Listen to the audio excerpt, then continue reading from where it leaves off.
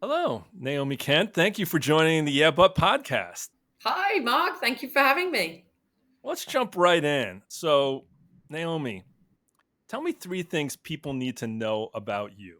Something that I'm very passionate about that may not be as obvious online is I've done a lot of long distance training sports. So I've done a lot of Ironman. I've done a lot of long distance swimming, and I love doing this type of exercise because I think it creates a lot of discipline, and it's there's a lot of training. The actual race itself is probably the shortest thing that you're going to do, so you spend 9 months training for 12 hours of work, but the discipline there is really important to me, and I enjoy that. Another thing I talk a lot about is having a winning mentality, and I feel like doing hobbies and having sports and things that you do on a regular basis just create just a little bit of a winning feeling every day. So it could be, hey, I woke up at 5:30 a.m. and I swam for 40 minutes, right? You sort of feel like you've accomplished something. And that winning mentality for me is really, really important, even if it's just something really small. So I believe in that, and I feel like that's what drives me every day. And then also something that might not be so obvious is I was born in Jakarta, Indonesia. So I lived until I was about 8 years old in Asia, and so it was a very unusual upbringing and a very unusual childhood, but one that I really embraced. I was in a classroom with kids from all over the world, and it was a phenomenal start, to my life. And I sort of crave that too. I crave a lot of diversity in the groups and the people that I work with, and with the work that I do as well. That's great. So, I want to dive deeper into one of your statements. Tell me about one of these long races. Tell me a quick story about something you did that even you thought, oh my gosh, what did I get myself into? Yeah, I'll tell you about a relay event that I did in the Catalina Island swim. It takes about, I don't know, for one person, probably about 24 to 36 hours to swim. I did not do that. I did it in a relay. So you have about 5 or 6 people on a boat, and then you take it in turns to swim for 1 hour. And you swim, the boat goes all the way to Catalina Island and all the way back. So you really never had a chance to sleep because you were sort of eating and resting, and then you slept for a couple of hours, and then you had to get back in the water. And swimming at night was something I did not expect to be as spooky as it was. And interestingly, when you're very exhausted and you're tired, and perhaps your nutrition isn't doing as well as it should be, and you're swimming in the dark and there's plankton that kind of light up, the mind plays tricks on you. And so you sort of see, I was seeing eyes popping out of the water, almost like in those cartoons, right, when it's at night, and you can see those eyes. And so you really test yourself at one point. Do I want to give up right now, right? Is this too much for me? I swam twice at night, so one late in the evening and then one very early in the morning. So it's a team effort in this particular case. We're all under the same pressures, we're all under the same circumstances. I think also when you're racing alone, it's easier for you to sort of duck out, right? And sort of cheat on yourself and say, well, I'm just going to slow down here and maybe walk the rest of the marathon, right? But when you have people around you who rely on you, right, to do your part, because the faster you swim, the quicker we get to the other end. So I think that was definitely a driver. And I think if you can apply that into your career, it's all about being a team player. And sports to me are absolutely essential. I encourage people, I don't have any children myself, but I encourage my friends to get their kids into sports, because this team environment and working in a team really drives you and really holds you accountable, and pushes you to an extent, right? And so, same thing in the workplace. I feel like when you have, whether you're in a team that works exclusively alone or you work with other groups, I think this kind of mentality comes into play as well. Great insight. And I love how you not just say it, but you live it out, because it's easy to say, hey, you should do this. Have you ever done it? No, no, but you should. So, Naomi Kent's 20-year career is defined by her ability to build successful brands. She's worked as a C-suite partner and strategic advisor. She's helped promote boards and help them with their culture and how they work with talent. And you're a managing director at Felix Corp, and you provide executive career guidance. You chair multiple organizations and help them with that. Plus, you're involved with the British American Business Council in Chicago. So that's also something that is big here in Nashville. And you also help people with speaking development, board service. So I have one more question about you. What do you wish people knew as soon as they met you that would help change the way they interact with you? I think I probably have a high threshold for fear and risk. So, at a very young age, I started scuba diving. At the time, I sort of felt like it was just a bit of fun and didn't really know the dangers around it. I wasn't so aware of it at the time. But Mhm. as you dive more and more, and you see accidents happen and you see people get into trouble, and you realize it's actually a pretty dangerous sport, just like riding a bicycle. Actually, if you do a triathlon, right, it's pretty dangerous if you fall off one of those at 30 miles an hour. And so I think for me, I have always been the type of person to put myself into these uncomfortable situations. And I feel like the more uncomfortable situations you put yourself in, the higher your bar goes in terms of the pain threshold, right, that you can take. And so I think it's important to be putting yourselves into uncomfortable positions. And that might be career wise, going for that job that isn't quite, you're not quite there yet, but putting yourself out there to take it because you know that you think you can do most of it, right? But maybe you can't do all of it, but that's okay. And then even in your hobbies and your lifestyle and things that you do. I think when you live a very comfortable life, any kind of discomfort Mhm. is going to be really painful. And so I think it's important. And actually, during the pandemic, I didn't really scuba dive very much. And as soon as I got back into it, I realized how important it was in my life to have that because there's a lot of preparation. And for those of you who are listening who do any kind of sport that is on the sort of dangerous side, and it could even be cycling, right, in mountains, but skydiving or any kind of scuba diving or rock climbing or anything like that, you know that you have to prepare very, very well beforehand. So having your own equipment, making sure it's tested, making sure that you're diving or you're partnering up with the right person, that you know them. So for me, putting yourself in these situations really just brings out a lot of skills and a lot of areas of your character that maybe you didn't know existed. And I think that can also drive you in your career. And like I said, you'll be less likely to think, well, I'm going to take a risk with my career and, I don't know, move across country, move internationally, right, with my family, because I know that this opportunity is good for me. Whereas I know there are a lot of people who just won't do that. That's just a little scary for them. So I think, always test yourself, always be pushing yourself. And it's not about, okay, once a year I'm going to, bungee jump. It's about little things all the time, right? And putting yourself in that discomfort zone, right? Mhm. And making sure that you're always pushing forward. So I believe in, and I think you talk about this a lot on your podcast, it's professional and it's personal, but they interact Mhm. so much together and they create your character as you mature. It's Yeah, thank you for bringing that up. It's interesting what people take as risk. You mentioned your youth. You were going to go and you're like, scuba dive. That looks like fun. Why not try it? And then you get exposed to, oh my gosh, this actually is a lot riskier. And you could die doing this. And never thought of it that way.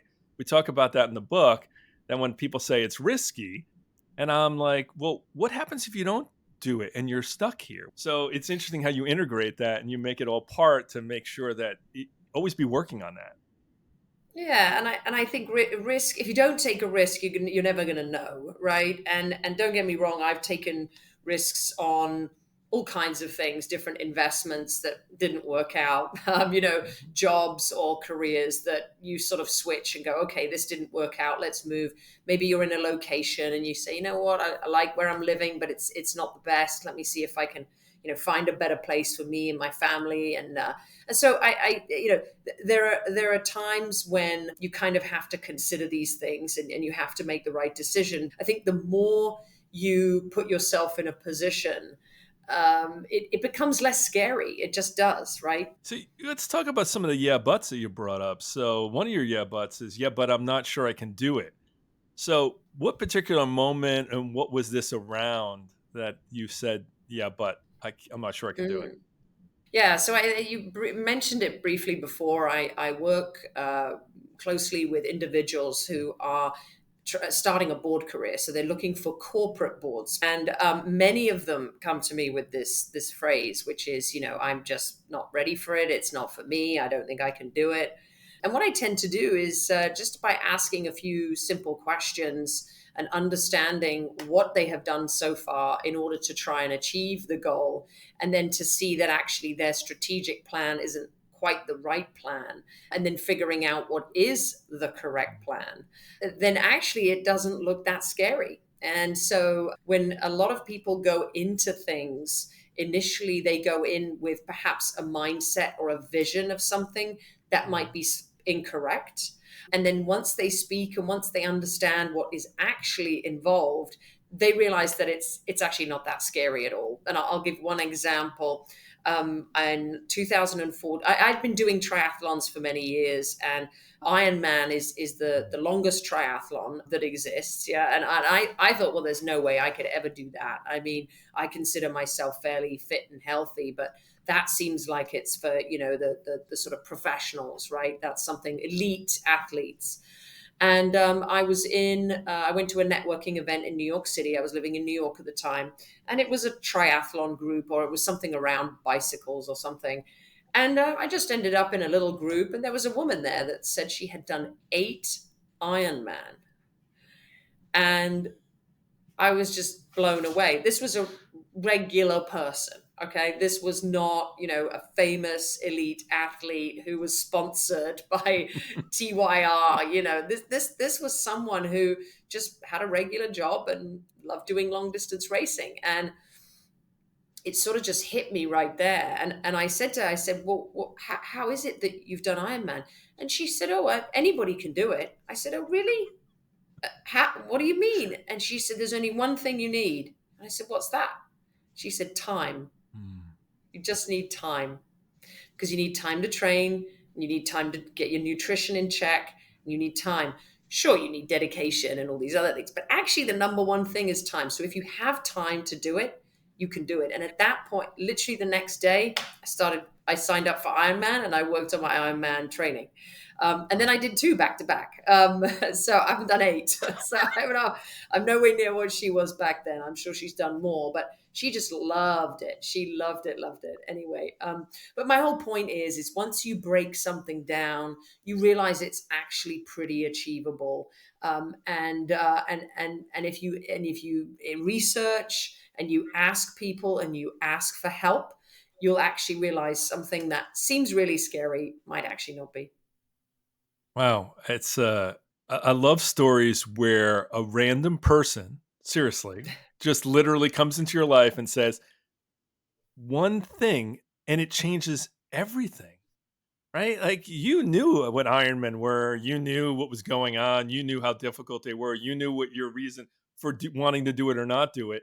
But one person says something to you, and next thing you know, you do it twice. So, and that's what this is about, right? This podcast is about, they Mm. might not know you, but all of a sudden they're like, hold on, she doesn't look like, and wow, she's from where? And that, the more people get to know other people, the more they can see their own story in other people and go, well, if they can do it, why couldn't I? I was like, no one said you couldn't except you. So, so you mentioned about being risk averse, but one of your yeah buts is, yeah, but it's not safe, it's risky. So what's that all about? Yeah. Hey there, it's time for a quick break. While we're diving into how to live, learn, and lead better, I wanted to let you in on something I'm really excited about. If you've ever found yourself stuck in the yeah but cycle, those moments where excuses get in your way of your potential, my new book, Yeah But, Cut Through the Noise to Live, Learn, and Lead Better, is for you. The book is packed with practical strategies, real stories, and actionable advice to help you stop making excuses and start making progress. Whether you're a leader, a learner, or just someone looking to cut through the noise, Yeah But has something for you. And here's the best part. For a limited time, you can grab a chapter for free. Just head over to my website at www.markawolf.com/book to get started. Readers have already said that the perspective and stories guided them to get unstuck and move forward. All right, let's get back to the show and dive into more ways to break through those yeah but moments. So, so again, when you think through some of the ways that people approach, change and transformation in their lives, frequently they see it as something that's a little bit too risky. And for a lot of people, what's actually holding them back is the fear of failing. Mhm. And so they would rather do nothing. And I think we're talking here about all these achievements I've had, but I can tell you as many places and things that I've failed at, right? That happened at the same time. But I would never have achieved the things I did if I hadn't have gone out there and done it, right? Mhm. I'll give you an example. So many people the night before an Ironman don't do the Ironman the next day. They freak out. They get in the water for 5 minutes and freak out, and Mm. they stop and they don't complete the race. Um, you'll see people getting pulled out of the water by people in kayaks, or they'll just be hanging onto a kayak going, I know how to swim 2.4 miles, but I've just done 300 meters and I can't go any further, right? It's overwhelming. It's not that you just go and you train and you do the race. There's so many points of failure. And no one wants to come back from saying to all their friends, hey, I signed up for an Ironman. And then the day after saying, oh, yeah, I didn't do it. Mm. That's really bad. And I never wanted to be that Mhm. person, but that didn't phase me from doing it. Mm. And I think a lot of people feel like they're going to fail at something and they don't want to feel that way. And I get that. And that's not a good feeling. But the risk involved in that means that you'll never do it. Mhm. Right. And if we take the example of getting onto a corporate board, some people talk themselves out of it and say, well, I just could never do it. So I'm not going to try because, again, they're afraid of failure. Mhm. But often their idea of a board of directors perhaps isn't quite the right fit, Mm. right? So for me, it's the if you can reduce the risk, right, around Mhm. something that you're doing if you plan it out well. And actually, I have a three P's when I think about any of this stuff. It's prepare, position, and pursue. Right. So preparation is all around knowing how do I get ahead? What is it I need to be doing? You can apply that to an Ironman. You can apply that to a job. You can apply that to anything in life. Positioning yourself in the right way. So how do I get myself to a position where I'm going to be successful? Maybe it's training. Maybe it's understanding the role of the board of directors and having a great personal pitch. And then finally pursuing, going after it. So, it's all about preparing, positioning, and pursuing the right activities. And if you do it with the right things that feel good for you, and then you slowly increase that, the chances of you failing, I think, are a lot less. Thank you for making it memorable, right? Because people need things that are memorable. Three P's, right? Stories. It's interesting how most yeah buts are in people's heads, just like someone taking all that time to train for an Ironman and then not doing it. My gosh, it's great stories. Great stories. It's true. It hurts. It hurts a little bit. I think though that when you are planning out anything, if you haven't done the planning and the preparation properly, then usually that's what Mhm. goes wrong. So again, the person, and I know a few people who have struggled in the swim in an Ironman, right, and have had to been pulled out. And most of them, if you ask them, they'll say, "Yeah, I didn't feel good that morning. I didn't sleep well. I didn't, in my head, all these things were going on. I didn't feel I had trained properly."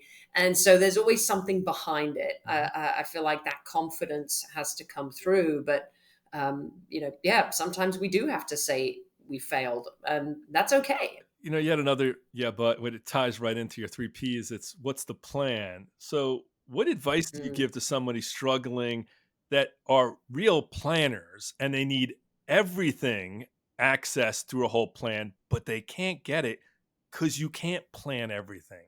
Yeah, so you've got to you well, you have to have a plan for something that does go wrong.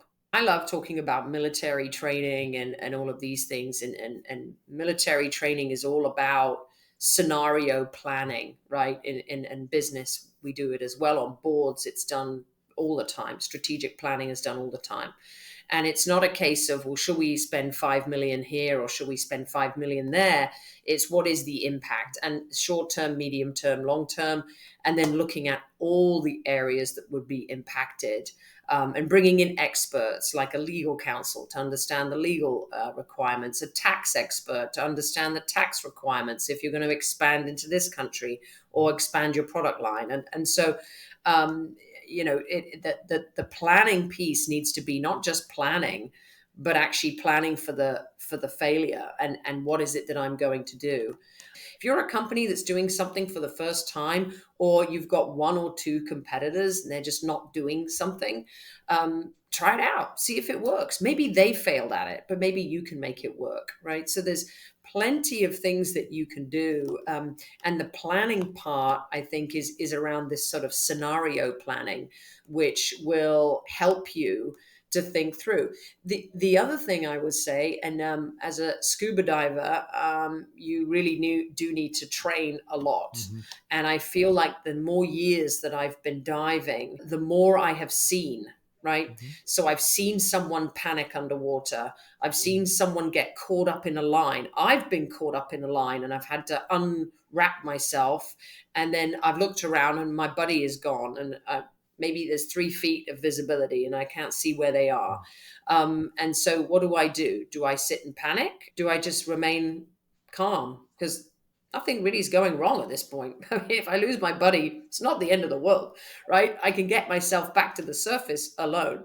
So, but I know that because I've done it mhm. before. So the more you put yourself, and this goes back to my original point of the more you put yourself into situations that are uncomfortable, the more you will be okay with the discomfort. A lot of businesses during when COVID first kind of started, and people were being moved about and nobody knew what was going on. Same thing with dangerous sports. You have to be ready for every eventuality, and you have to be thinking fast on your feet too, because sometimes it's a case of a second by second, especially in diving, Mhm, right? You mhm, could die in three mhm. seconds. If you have a PR crisis, right, you may need to respond pretty quickly on that. So you need to have a lot of decisions made in a very short space of time. So going back to your point, I think that that plan needs to be flexible. It needs to be able to change. But then you create a new plan based on what is happening right now.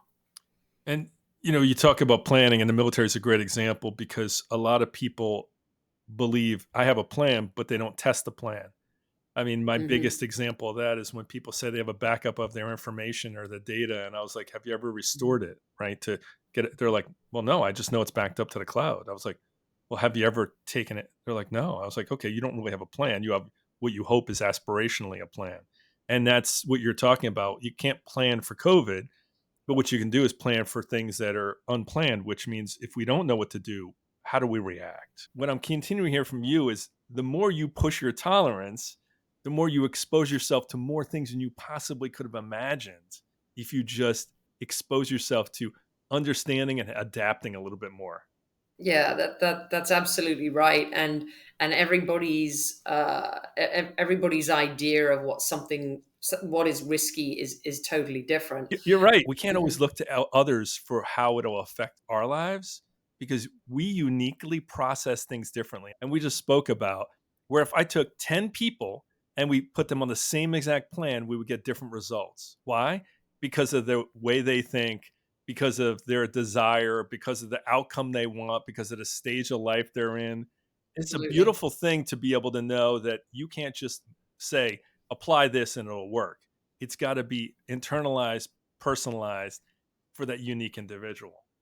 And And I go back to what I said earlier about having a little bit of a winning feeling every Mhm, day. mhm, You need to feel proud of yourself. And that's a great thing for your mindset, for your energy, for your confidence, the way you walk, right? The way you dress and how you approach people and speak to people. And if you don't feel like you're winning, even at the slightest thing, I do a lot of gym training and CrossFit, and we see people coming into the gym who really have never worked out, and for them, they go from lifting, I don't know, 50 pounds on a bar to 100 pounds on a bar in 6 months. That's a huge mhm. thing for them, right? Now, for most people, that might be easy. That would be their lowest weight. But for that person, that was a win. And so, really celebrating your wins on a daily basis, whether it's like you said, hey, I didn't drink the can of soda for breakfast. Mhm. I chose to actually eat or drink something else. Give yourself a pat on the back. That should be about winning, not about just sort of feeling down about it because you missed out on something. Yeah, I mean, it's been great having a conversation with you. And again, I learned something every time we discuss. I think a lot of people are going to come away with, man, she was really motivating and honest I hope and so. being able to do this. And that's why every guest that I have on, I never really know how things are going to go because when people really open up and they give of themselves, we're going to have your information and everything in the show notes. Any other closing thoughts as we put this show to rest? I hope I would be interested to hear if I inspire anybody to go and do Ironman. I'm not going back to do it, just so everybody knows. But I would inspire, and you know what? It's not about Ironman. Ironman is a huge thing. It takes years, right, to kind of get there. But sometimes it can just be a 5K, one mile, right? Just get out. If you know that it's important, health is important to people, and it should be, and just give yourself a tiny goal, right? And again, you'll feel like you're winning if you achieve it, right? Hey, I walked 1 mile today, Mhm, or I jogged one mhm. mile. I was able to do it for a whole mile. So, and don't compare yourself to others. You have your own scale of what's the best and what's the worst, and so work across your own scale. But yeah, I hope I do inspire. For anyone that is, please let me know. Well, thanks for being on the show. They'll be able to contact you and be able to know more. And thanks for being and sharing your yeah buts. Thank you for having me as well. Thank you for listening to the Yeah But podcast.